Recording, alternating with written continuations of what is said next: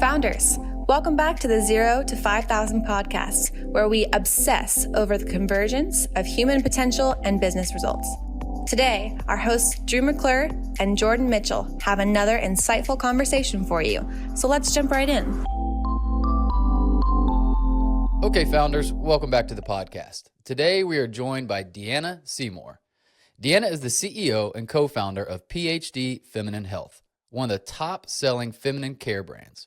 Their holistic products have empowered millions of women to feel more confident and comfortable. Pioneering a whole new category in the retail industry, their number one doctor-recommended products are available at over 50,000 retail locations in the U.S. and Canada. And today, to tell us about how she did this, is Deeannah herself. Deeannah, thank you for being here. Thank you for having me, Drew. So happy to be here with you. I'm excited. This is obviously having a wife, 2 daughters, 2 sisters, a mom. Yes. This is something I care very much about. So tell me, how did this company get started? Where did the idea for this come from? Yeah, it's really kind of crazy. I never intended to be an entrepreneur at all. It wasn't on my list of things to do in my life. And I had spent 20 years working in the pharmaceutical industry. And during that time, I had been experiencing my own issues with feminine care. I had been on tons of antibiotics and ended up having sinus surgeries and needed the antibiotics for that. And as women, when we're on a lot of antibiotics, it disrupts our flora all throughout our bodies, not only in our guts, but also in our vaginas. And I was looking for a holistic alternative for these feminine care issues backed by science. That was really important to me. And I have a background in science too. And so I went down the rabbit hole of looking for an ingredient that had published clinical studies behind it. And I found it in this ingredient, boric acid, particularly boric acid suppositories, vaginal suppositories. And there was robust data behind it, lots of studies, and I ended up talking with a lot of OBGYNs, and they were like, Deeannah, we love boric acid suppositories, but the only way we can get them is through a compounding pharmacy, and it was really, really expensive. So I tried them myself, of course, and they literally changed my life. And I was just, why in the world is nobody producing this commercially? And it really is a kind of divinely choreographed story of how this all came to be. I was searching for a manufacturer to make the product, and my daughter played ice hockey, and she was the only girl in a league of 300 boys, which is super cool. And wow. Just so happened that her coach had a manufacturing facility that made holistic products. I mean, what are the odds, right? Oh, yeah. And so I called a meeting with coach, and I'm pretty sure that he thought I was going to complain about ice time for her. And Which is what normally happens when a parent asks to speak with the coach. I'm not that mom, though, I promise.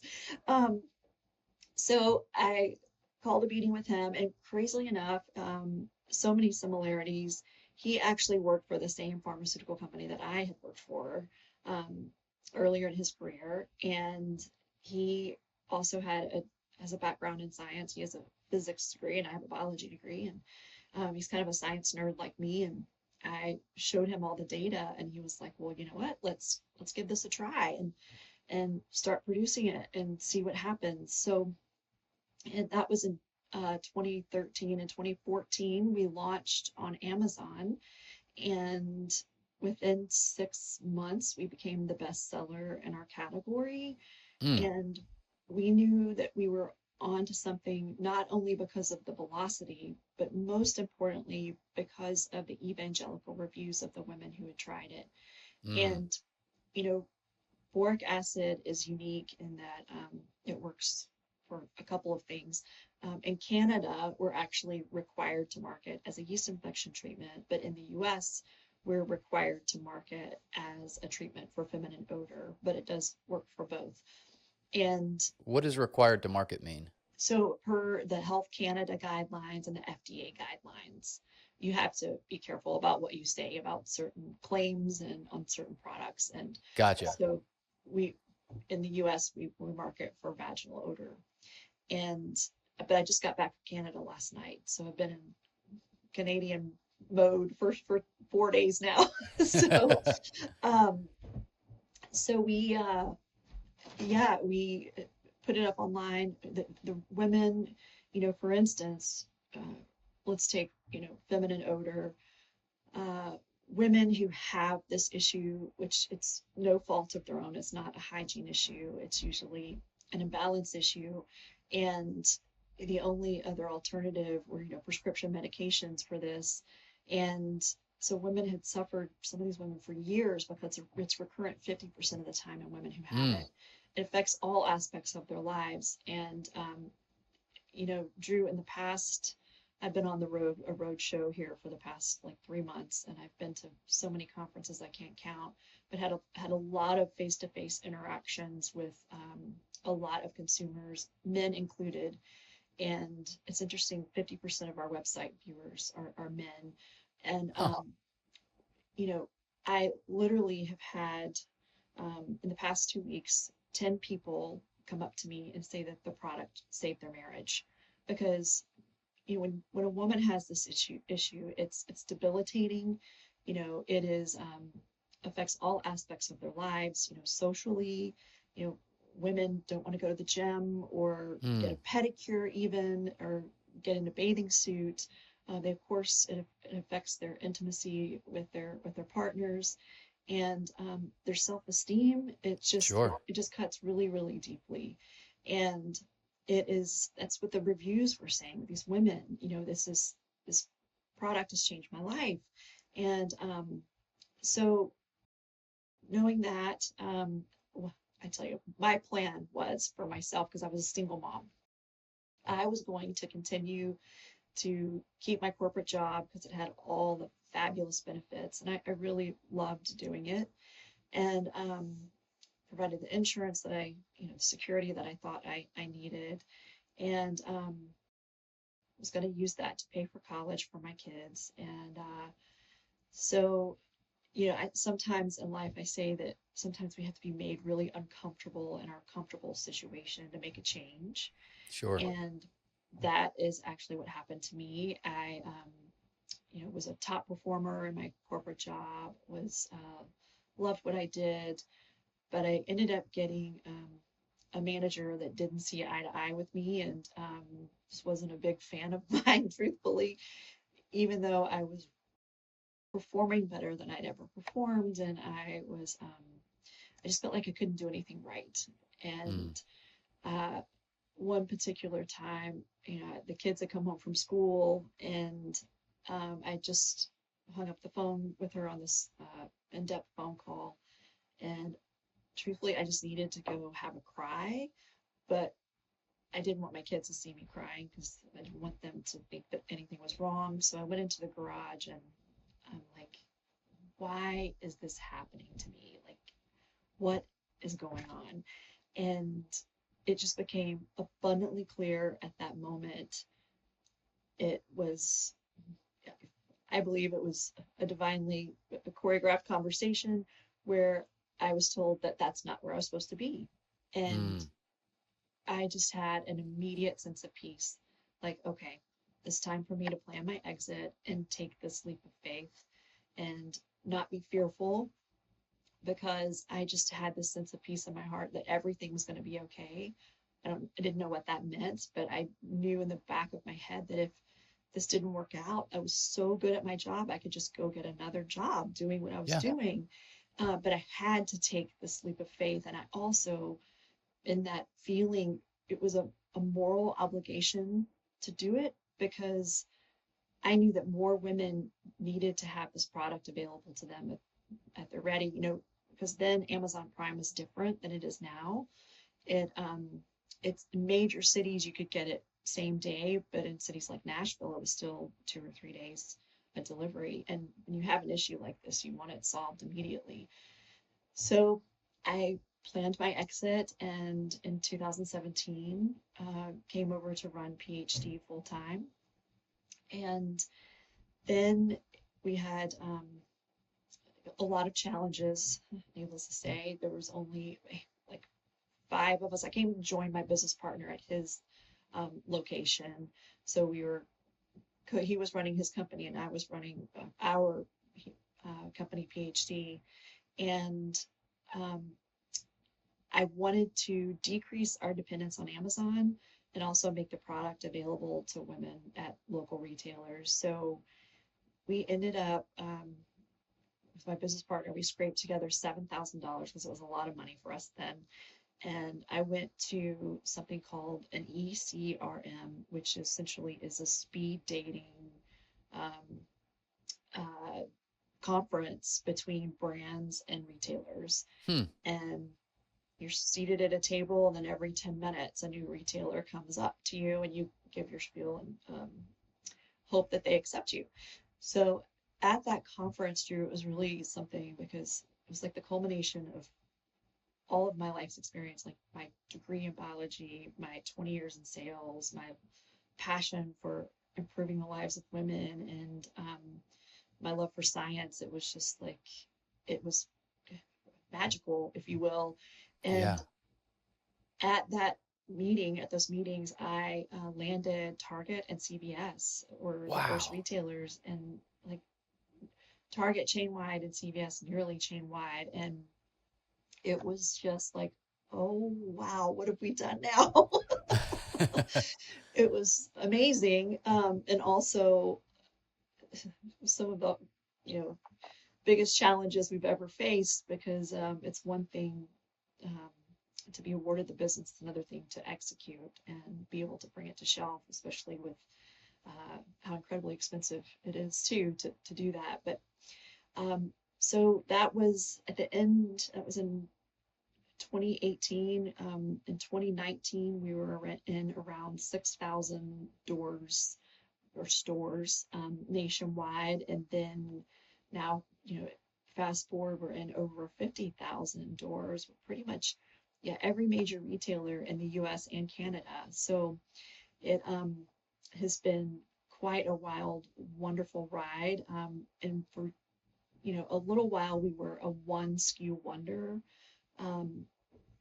And that when we brought this ingredient to market, we had no idea, but we actually created a whole new category at retail. And to be a category creator just doesn't happen very often. And speaking with my, buyers at different retailers in Walmart, they can't even recall the last time it happened. So, but we leaned into that innovation, and now we have a complete line of feminine care products at all of these retailers in the US and Canada. And we're working every day to solve these issues for women and solve the problems so that they can thrive throughout every stage of their life and not have to suffer through any stage of it. That's so beautiful. There's so much there I want to touch on. One is just that profound feeling that I don't think everybody gets to have or hasn't yet experienced, which is, you said, the culmination of so much of who you are and your passion coming together. That's got to be a wonderful feeling. Yeah. I speak a lot to entrepreneurs, and one of my favorite quotes is, life is not happening to you, but for you. And I really believe that that's true, that, all of our experiences in life has led us to where we are today, right? And it's a matter of us like leaning into that and drawing on all those past experiences to help us be a better version of ourselves every day. Yeah. That's so great. When you go from relatively small and probably serving a relatively small amount of consumers to landing two huge accounts, the logistical challenges, I imagine, are through the roof. Yes. How did you all not fumble that opportunity? Well, I'm not saying that we haven't fumbled, but Drew, it's interesting when I received the email from Target. Okay, mind you, I've never had a business class in my life. um, never been exposed to the retail side of the world. Um, and I really didn't know what the email said when it came from Target, because there were acronyms in there that I never had heard of in my life. Yeah. And because the retail world has a completely different lingo all its own. And I was Googling every single thing possible and downloaded this term sheet of retail terms and acronyms and such, and ended up having to hire a kind of a business coach who had launched a brand at retail to help us navigate that. Um, but even with that, so one thing too that we did that's very unique is we launched at these retailers without a broker. Most brands have a broker to help navigate those relationships, Hmm. and we did it independently, because it's that, that saying, you don't know what you don't know, has never been more true for my circumstance. I didn't know what I didn't, and if I had known, it probably would have been even that much more difficult for me, because I was just going through it, like figuring everything out, Yeah. and not knowing how high the stakes were. Like, it was just kind of this blissful, I don't know, naivete, if you will. It was, um, but yeah, just thankfully too, this is what I tell entrepreneurs: invest in your relationships with the banks before you need the money. Hmm. Thankfully, my business partner had some great relationships with the banks that I was able to, ride his coattails on. And because of that, through our line of credit, we could afford to um, produce the inventory, this massive inventory amount that's needing to stock all the stores. So um, that was pivotal for us in doing so. And we back up to, we haven't taken on any outside capital. We've been bootstrapped from the beginning. Wow. Um, and we'll do like 35 million in sales this year. So um, we can talk about that too in a bit. But um, yeah, we did make some mistakes. We over ordered because we didn't have the forecasting correct. So we're sitting on so much inventory um, that caused us to really, really have to watch our cash flow even more Hmm. so. So because we were doing all of this ourselves, now we have a demand planner who does all of that for us and helps with forecasting and every time we launch a new product at retail. But we were blindly, figuring it out as we went. But we did have made some mistakes, but it's, that's when we learn the most, and that's when we're able to put in processes to keep that from happening again too. Yeah. Yeah. I mean, I know from watching enough Shark Tank that every time someone has brought a product on that's in the retail space or in the, involves manufacturing, there Yeah. seems to be a collective like, well, you know how hard this is, right? Yeah. So what in particular are some of those challenges just being in the space you're in that many companies make fatal mistakes, I guess, or Yeah. underestimate the challenges? It's I always say it's one thing to get on shelf, it's another thing to stay there. Because these retailers have expectations of turns, of how many Yeah. products you're going to sell per store per week. And that's what they're looking at constantly, because every centimeter of that shelf is a dollar signs for that retailer. And if you're not meeting their expectations, then you're out. Um, and we have had, early days, Walmart actually called us to be on their shelves, which is unheard of. But we launched two products really prematurely there in the early days, and they got deleted. Mm.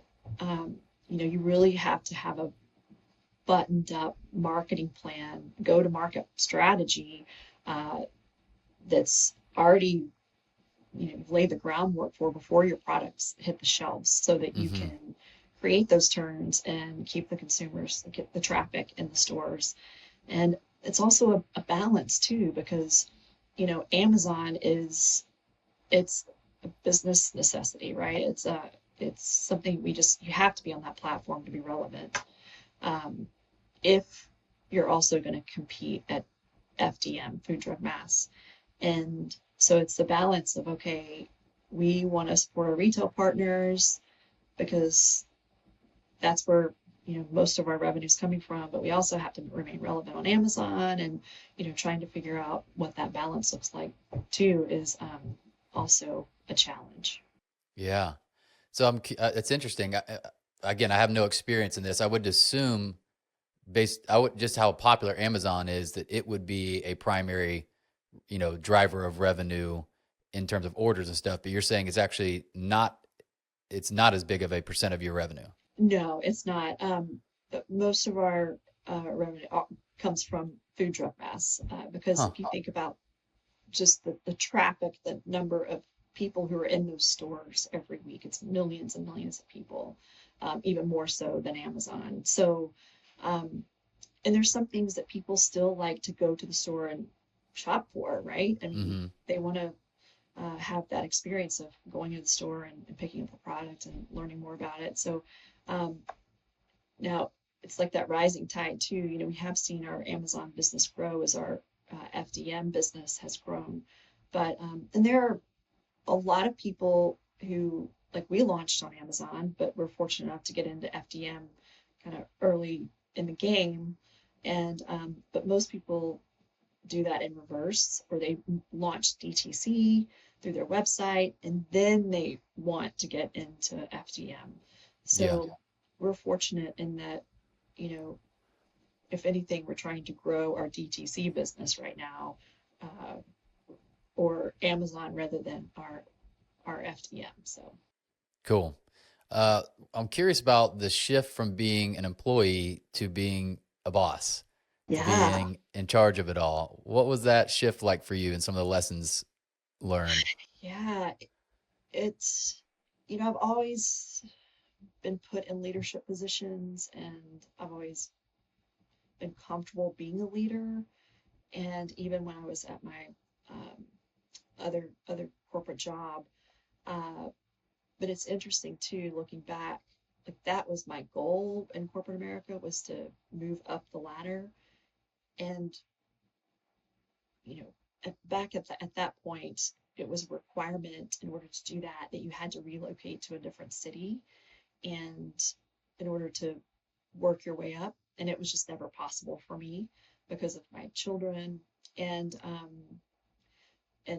my status, my divorce. So it was like those doors kept getting shut for me, and I know now why, because had I gone down that path, I would be sitting here with you today. Yeah. So it's, like the Garth Brooks song, thank God for unanswered prayers. Yeah. So true. But yeah, it was a shift, and that's something that it happened pretty rapidly. We've just grown and grown and grown, to the point where my business partner and I together, we've got like 120 employees now. And it's something that I invest in myself and growing as a leader, through books and podcasts and coaching. That's so important because you grow and you mature as a leader, I feel like every year. So it's making sure that I'm taking the time to invest in that. But I love it. I absolutely love it. It's I love helping people grow professionally and personally. There's nothing that it brings me great joy to be able to promote from within and to allow people these opportunities. So super, super cool. I love that. What are some of the most important investments you've made in yourself over the years? Important investments. Hiring a business coach, and actually here recently, I have joined an all women's gym that I guess I've done that in the past year. That I am very frugal, like very frugal, and I always thought that I can't spend that much for, a gym membership or a trainer or what have you. but my goodness, it has made the biggest difference in my mental health doing Mm. that. I've always been into fitness, but things kind of ebb and flowed over the years, particularly with my travel schedule, which is insane. But I have, that's been the biggest investment for me over the past 2 years is investing in my health is Yeah. really very important. What in particular, like you said, you'd already had, fitness on and off. What in particular about joining the all women's gym was really crucial for you? I get up at 5 in the morning and start my day early, which get my workouts done by 7 a.m. And what a great way to start my day. It's like I feel like I can conquer the world at that point, but also the effect it has on me as far as my stress level. Um, I mean, I can't, there's so many times, Drew, I've woken up over the past several years with hives on my face, like my eyes Mm. swollen shut, because that's saying the body doesn't lie. And I had the stress, but I was telling myself, I'm not stressed, I'm not stressed. And then woke up and my eyes were swollen shut because of hives all over my face. Well, my body Yeah. was telling me otherwise. Yes. And there's been a lot of things like that have happened to me where I'm like, okay, I have to get this in check. And, I'm 52 years old and I can't continue down this path without really investing in my health and taking care of myself. And I also, too, it's so important to me to have that prayer meditation. That's something else that I lean into to really get centered, and it's a big part of my life as well. Wow. I love that. And then I'll also imagine the friendships and the relationships that happen. Yes.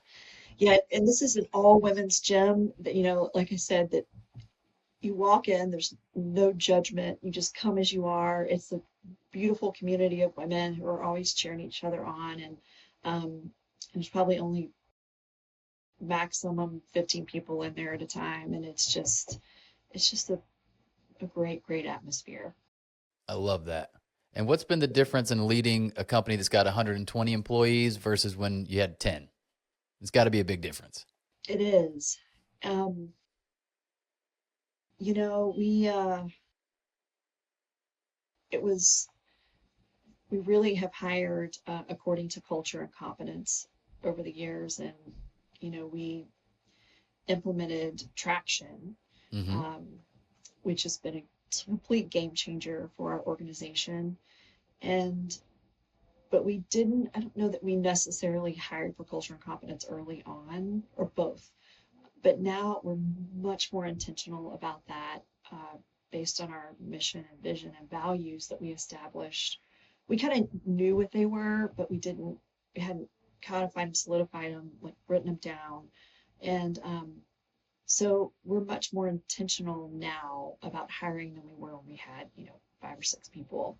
It's it because one of the things too as a leader, one of the hardest things for me to do is to let somebody go, Mm-hmm. um, because I'm so empathetic that I mean I've had to do it many times, but if we can preclude that from happening on the front end and be more intentional throughout our interview process, Yeah. we've really had to fine tune that and work on it, um, so that we can really make sure that they're a good fit for us, but also we're a good fit for them, because Yeah. that's not always the case.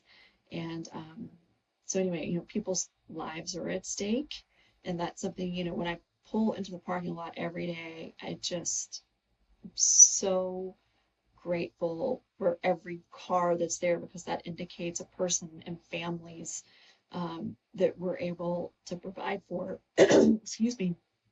So I guess there's more at stake now.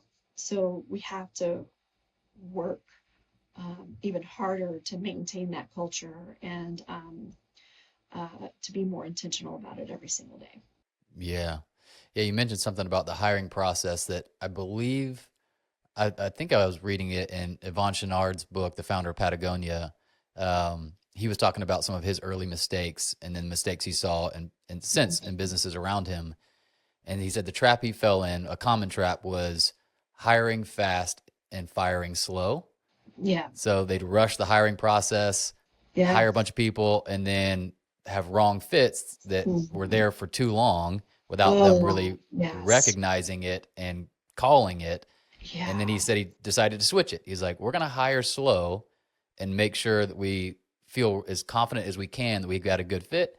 And then we're going to have the guts to fire fast if it's clear, if at any point it becomes clear this is not a good fit for the company. Drew, you're 100% correct. And that's something where we pivoted to. Um, because we it's not fair to the employee, it's not fair to anybody when you keep people around too long, Correct. on corporate welfare, is kind of what we say. Yeah. um, because it's debilitating for the employee too. When you look at it from a human standpoint, it's just, they're not happy to come into work every day. And if Yeah. sometimes we're asking people to, to speak Russian, if you will, and they've never had a Russian class, but we think that we can coach them up, they can do it, but no. And that is something, that we've really gotten better about as an organization. We really lean into that 90-day period, that if it's not working out sometime in the first 90 days, we just, hey, Mm, we tried, it's not going to happen, but yeah. rather than keeping people around that's with unrealistic expectations. Yeah. Yeah. I love that. What else comes to mind in terms of big growth lessons for how do I manage people? How do I build the culture? You've already mentioned using a system like Traction and EOS has been Yeah. huge. Learning about hiring for competency and culture. Anything else come to mind? Um, one of the things that has kind of worked well and not worked well, we outsourced a lot of our, um, you know, different organizational needs, like accounting and even social media at some point. And we kind of did that because we felt like we couldn't afford to bring that person on, as an FTE. But it worked well in some cases, but not in all. And looking Hmm. back, I think one of the things that I've learned is that, we really need to invest in great talent. And I should have done that in a couple of different departments earlier on than I did. Yeah. And because we collectively thought, well, we can't afford that. Our payroll will skyrocket. It was like, looking back, it's like we can't afford not to. Um, so, this next year, our payroll is going to skyrocket. But I'm totally cool with that. I know that means we're bringing in great talent, because we Mm-hmm. need that great talent to get us to the next level.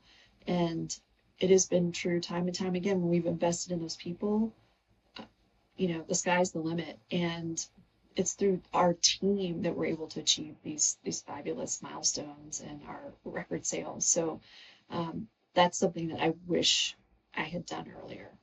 Yeah. Yeah. Do you have an integrator for the business? Do. Yeah. Did you find that person was already there when you were going through Traction and you just put them in that role, or did you have to hire for that? So it was someone who was here who just really fit the bill. Uh, it's kind of like they were designed for that purpose. And crazily enough, he's uh, is an engineer through his degree, um, which engineers are amazing. They just get stuff done. And so it was that person that just thankfully organically was a great fit for us. Cool.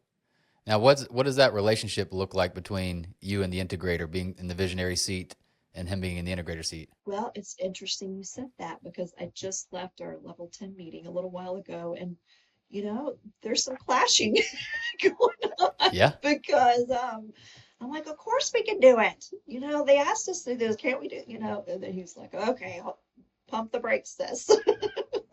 Yeah. um, but no, it's important to have that healthy, you know, confrontational dialogue sometimes, right? If you're a team, it's what we have to do. And Mm-hmm. so it's being able to rumble And but at the end of the day, it's that foundation of, trust, love, and respect. And as long as that's at the core of what you're doing, then it's okay. Yeah. Yeah. I always talk about, you see these great combinations, like Steve Jobs and Steve Wozniak, and Mhm. these companies where it's actually could go either way depending on what you do with the relationship. Because if you have the right balance, it's going to be conflicting at times. It's going to be, this person's more risk tolerant, this person's more risk averse, Yeah. this person's more head in the clouds, this person's more feet on the ground. Yeah. And so if that works together, it's an unbelievable synergy, Yeah. but it's still a balancing of energies, and trust Totally. seems to be at the core of that. Totally. Yeah. It's just crazy to think I'm so risk tolerant. Like, I'm like, let's just give it a go. Let's just see what happens. And our CFO, who is wonderful, is the complete opposite. Yes. Which thankfully we have him, right, for a reality check. And it's interesting, my business partner, we should have a unique circumstance here, in that we're both co-located, as I said, as CEOs. So we share a lot of organizational structure, like finance and accounting, and whereas marketing is separate for both companies. But here you have, it's even worse because you have two visionaries and they're trying to keep us in check. So I know there's some days when they just want to go home and probably punch a wall, but Yeah. but it works. And we've got a great team, but we've established that as our culture, right? Like, when we're in those meetings, we have to hold each other accountable. We have to be able to have these hard conversations and not leave there with our feelings hurt. So Yeah. Because they have to have enough trust in you to know when is it time to actually lean into the risk, yes, and to go faster than they want to go. yeah, And then you have to have the trust in them to know, hey, this is not the right time. I'm gonna trust you. This is not the right time to do this, absolutely. and I'm gonna slow It down. ebbs and flows, without a doubt. Yeah. Is there any, and I don't even know if there is an answer to this, but is there any process or conversation style or whatever that helps you know which case is which? A lot of data, and Drew, something too, that it's my gut. And I feel like that has really never steered me wrong. And but sometimes I have to look in the mirror and be like, okay, let's really think about this. Yeah, I know you really want it to happen, but is this the right time? And Yeah. that happened over the past 3 months. There's an initiative that I'm super passionate about that I wanted to get off the ground in the next year. And, I was pushing, and then, the more I marinated on it, I'm like, this is not right. It's not healthy for the organization. We're probably setting ourselves up for failure, but I knew in my gut it was not right. So, really leaning into that. And I don't know, I've learned to trust that more and more. And, there have been a couple of times in my life where I haven't, and I should have. Yeah. Yeah, you're making me think of something that's anecdotal, so I'm curious if you agree with it, but it's what you're saying made me think of it. My business partner and I also 50-50,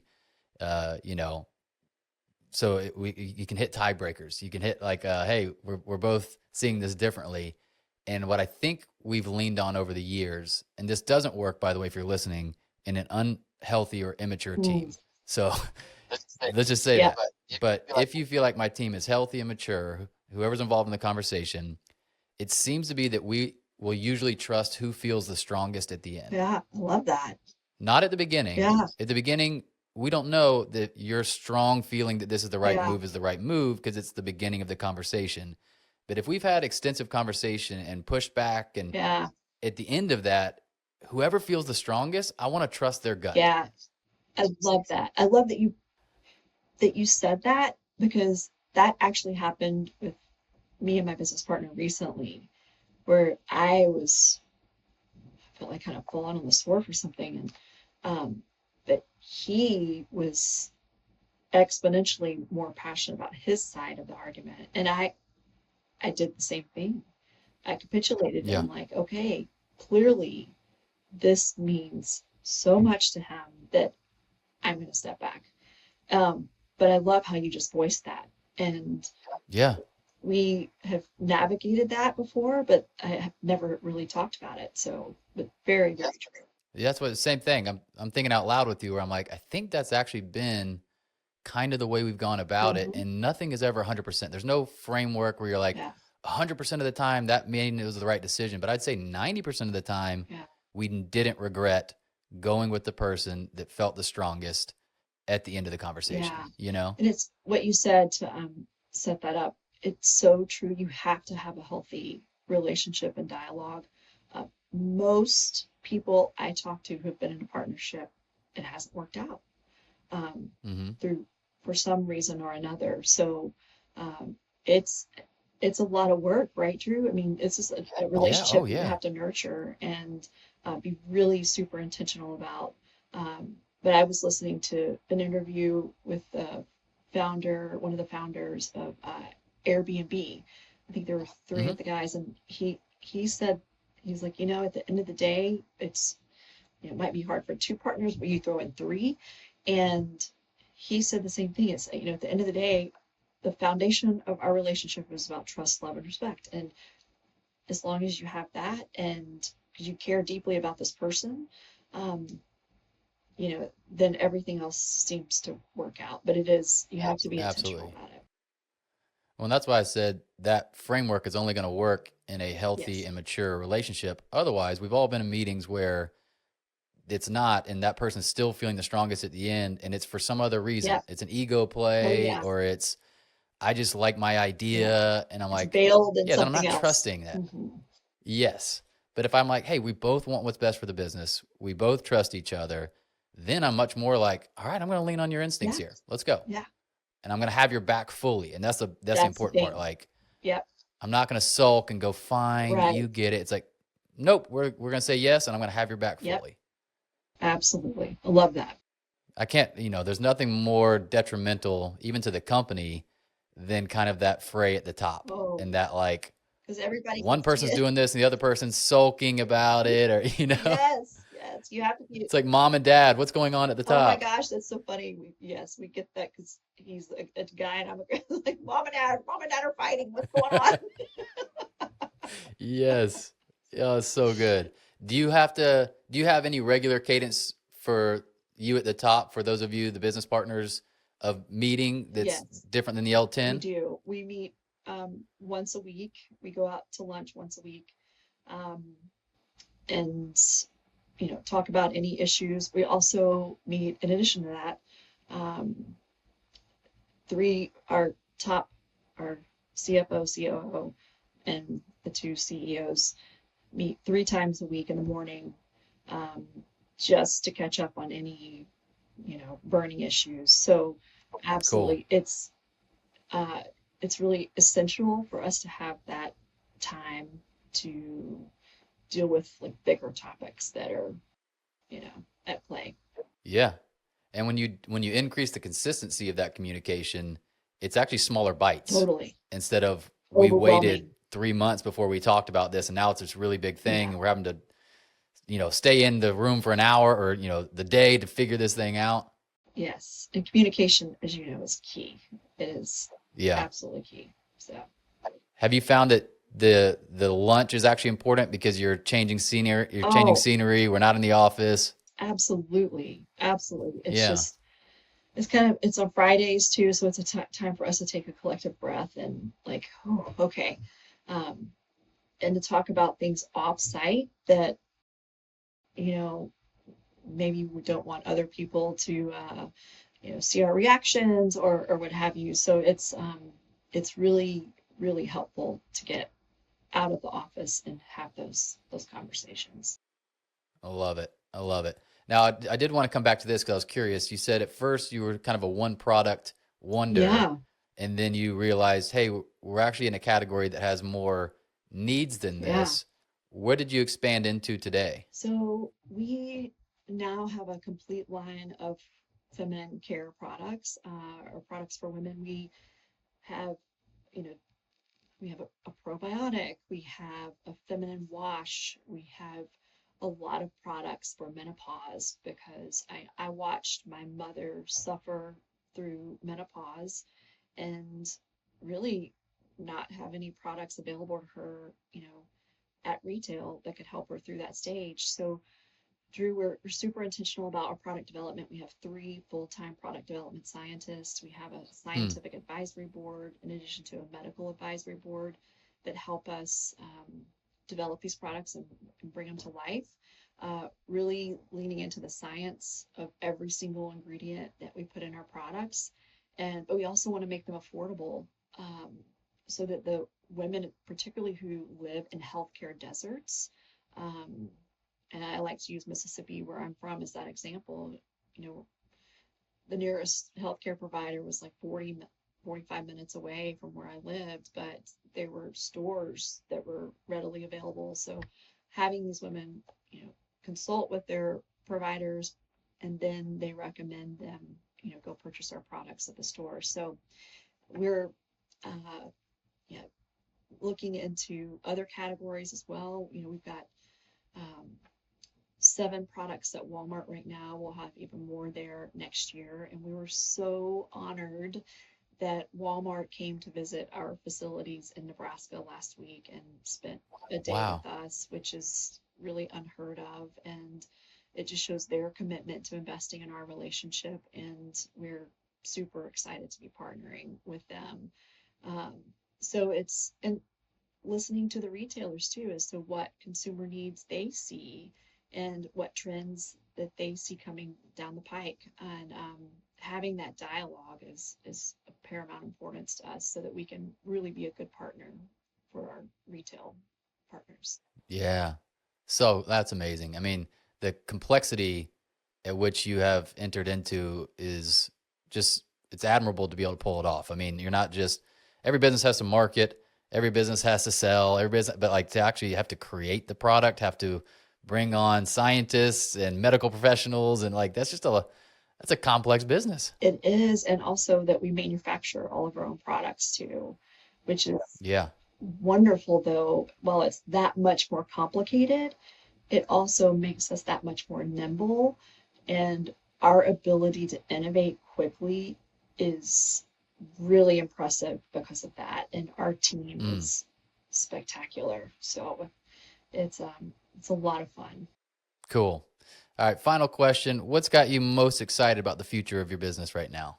Oh, I would say we're investing heavily into some scientific research. I mean, when I say heavily into scientific research.